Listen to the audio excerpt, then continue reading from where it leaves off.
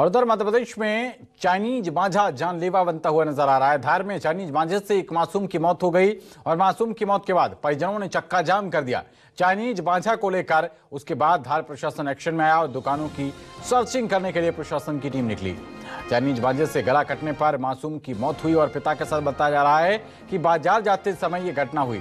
शुक्रवार को एक मासूम और बुजुर्ग घायल हुआ था और इसके बाद एक मासूम की मौत हो गई है। मध्य प्रदेश के धार में चाइनीज मांझा जानलेवा साबित होता हुआ एक बुजुर्ग और एक मासूम घायल हुआ और उसके बाद एक और दूसरा मासूम वो अपनी जान से हाथ धो बैठा। हमारी संवाददाता रेणु अग्रवाल लगातार मेरे साथ बनी हुई है।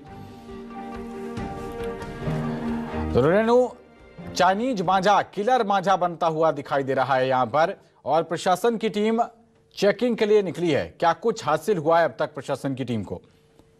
जी, आपको बता दूं कि प्रशासन की टीम जो है गली गली घर घर में जो दुकानें हैं उन पर भी सर्चिंग कर रही है, लेकिन अभी तक जो है प्रशासन के हाथ जो है चाइनीज मांझा नहीं लगा है, क्योंकि जैसे ही घटना की जानकारी इन दुकानदारों को लगी उन्हें पता था कि अब सख्त कार्रवाई होगी, तो मांझा जो है पूरा रातों रात हटा दिया गया है। हालांकि पुलिस और प्रशासन रात भर से कार्रवाई कर रहे हैं। दिन में भी सुबह उठते ही जो है 9 बजे से प्रशासनिक और पुलिस का अमला जो है राजस्व का अमला कार्रवाई के लिए निकला, गली गली पहुंचा, लेकिन अभी तक जो है प्रशासन के हाथ जो है कुछ भी नहीं लगा है। वही बताया जा रहा है, जो कि हमारे सूत्र है उसमें पुलिस और प्रशासन के द्वारा 2 से 3 लोगों को जो है पूछताछ के लिए जो है थाने पे बिठाया है। उनसे लगातार पूछताछ चल रही है कि ये मांझा होलसेलर कौन है, कहां से मिलता है मांझा, कैसे सप्लाई होता है, इसकी चेन क्या है, इस तरह का सब कुछ पता करने का प्रशासन जो है प्रयास कर रहा है। इसी की कड़ी में जो है एसडीएम रोशनी पाटीदार, सीएसपी रविंद्र वास्केले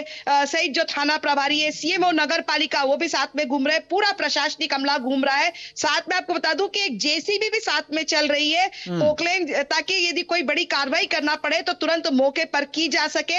हमने आपको थोड़ी देर पहले बताया था कि जो है परिजनों ने और स्थानीय रहवासियों ने जो हटवाड़ा में जो है चक्का जाम किया था, धरना प्रदर्शन किया था, अधिक मुआवजे की मांग कर रहे थे परिजन और स्थानीय रहवासी। उनका कहना है कि जो बच्चा है वो तो वापस लौट के नहीं आ सकता, लेकिन अन्य बच्चों के साथ या अन्य लोगों के साथ इस तरह की घटना ना हो, किसी कुल का दीपक अब न बुझे, इसके लिए जो है वो लोग लगातार कार्रवाई की और सख्त कार्रवाई की मांग कर रहे हैं। रेणु, इस तरीके के मामलों में जब पुलिस प्रशासन को डायरेक्ट एक्शन से फायदा नहीं मिलता है तब कम्युनिटी पुलिसिंग की जाती है कि जनता के बीच कुछ लोग, कुछ खबरी, कुछ जासूस होते हैं पुलिस प्रशासन के, उनको एक्टिवेट किया जाए, पता किया जाए, क्योंकि सबको पता था कि मकर संक्रांति का त्योहार आने वाला है। इस अवसर पर पतंगबाजी खूब होती है और चाइनीज मांझा बिकेगा, दुर्घटना हो सकती है। घटना होने के बाद प्रशासन अब जो मुस्तैदी दिखा रहा है ये पहले दिखानी चाहिए थी। एलआईयू होता है, लोकल इंटेलिजेंस यूनिट होती है। भाई ये लोग सिर्फ सैलरी लोन लेने के लिए थोड़ी ना बैठे हैं, इनका काम है कि इस तरीके की घटनाओं को पहले से रोक लेना। बिल्कुल आप सही कह रहे हैं। जैसे मांझा बताया जा रहा है आपकी अहमदाबाद से आ रहा था, इंदौर से आ रहा था, तो जो बसों के द्वारा छोटे छोटे झोलों में भर के और ये मांझा आ रहा था, तो बसों को चेकिंग किया जाना चाहिए था। अपना जो इनका मुखबिर तंत्र है उसको सक्रिय किया जाना था, कम्युनिटी पुलिस की जानी थी, लेकिन जो है यहाँ पे ये सब विफल होता हुआ दिख रहा है, क्योंकि प्रशासन और पुलिस को जो है आम लोगों के द्वारा सूचना ही नहीं दी गई कि कहाँ पे मांझा बिक रहा है, कहाँ पे चाइनीज मांझा है, क्योंकि जो दुकानदार है वो पहले से ही सतर्क हो जाते हैं कि चाइनीज मांझे पे जो है 14 से 15 दिन पूर्व जो है पुलिस और प्रशासन का अमला निकलेगा, कार्रवाई करेगा। तो वो लोग जो है छुपा छुपा के ये जो चाइनीज मांझा बेचते हैं, बंद घरों में गोडाउन बनाते हैं, दूर कहीं गोडाउन बनाते हैं, 1 या 2 गट्टा रखते हैं, जिसकी कीमत जो है अधिक से अधिक वसूली जाती है। 1000 से 1500 रुपए इस मांझे की कीमत वसूली जाती है। और प्रशासन जो है जब कार्रवाई करने के लिए निकलता है तो उन्हें महज 1 या 2 गट्टे जो चाइनीज मांझे के वो मिलते हैं, तो उस पर ज्यादा कुछ हो नहीं पाता है। इसलिए जो है पुलिस और प्रशासन विफल होता दिखाई देता है। रेणु, किसी भी तरीके का कोई आयोजन होना होता है, जैसे मकर संक्रांति का पर्व आ रहा था, इससे पहले जब भी कार्यक्रम होने होते हैं, होली का त्योहार आता है, दिवाली का त्योहार होता है, पीस कमेटी की बैठक बुलाई जाती है और उसमें समाज के हर वर्ग से लोग आते हैं, उनको समझाइश दी जाती है कि ये काम करने, ये काम नहीं करने हैं। डीजे संचालकों को बुलाया जाता है, उनको बताया जाता है जब सावन में कांवर निकाली जाती है कि वो अपने वॉल्यूम का जो साउंड का वॉल्यूम है वो उसको कम रखें। ऐसे ही जब जितने भी पतंग विक्रेता थे उनको बुलाया जाता, जो भी मांझा बेचने वाले हैं उनको बुला के एक मीटिंग की जाती, बताया जाता, क्योंकि ऐसा तो है नहीं कि कोई पहला मौका है कि मांझे से जान गई है। ये तो पहले से पढ़ाया जाता रहा है और कोई भी नया अफसर भी आता है उसकी भी प्रॉपर ट्रेनिंग होती है। ये सब एहतियाती कदम पहले क्यों नहीं उठाए गए? अब एक मासूम को अगर आप ठीक है, वहां के जो परिजन हैं वो ज्यादा मुआवजे की बात कर रहे हैं, जिंदगी थोड़ी सी आसान हो जाती है, लेकिन गया हुआ व्यक्ति वापस थोड़ी ना आ जाता है।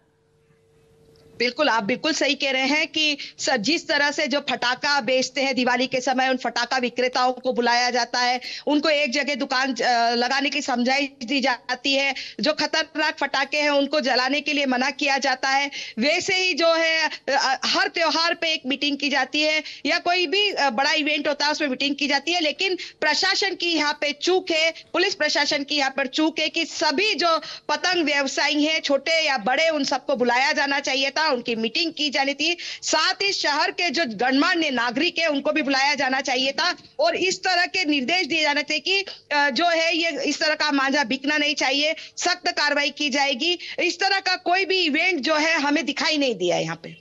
चलिए, बहुत शुक्रिया रेणु आपका इस अहम जानकारी के लिए। आप इस पूरे मामले पर नजर बनाए रखिएगा कि आखिरकार प्रशासन क्या कुछ कार्रवाई करता है। तो यहाँ पर मौत का मांझा जिसने जिंदगी की डोर काट दी, एक मासूम की जान चली गई, गला कटने की वजह से गंभीर रूप से मासूम घायल हो गया था, अस्पताल में उसने दम तोड़ दिया।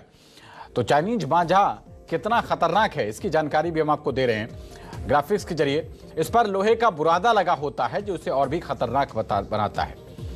और मांझा अगर बिजली के तार पर लग जाए तो करंट भी लग सकता है, मतलब पतंग जो उड़ा रहा है उसके लिए भी खतरा है, और गले में फंसने से गला कट जाता है। चाइनीज मांझा इसकी धार बहुत ज्यादा तेज होती है, लिहाजा क्योंकि इसमें लोहे का बुरादा भी यूज किया जाता है। तो ये खतरनाक, ये जो लोग हैं उनसे भी अपील है कि वो इस तरीके के मांझे का इस्तेमाल ना करें।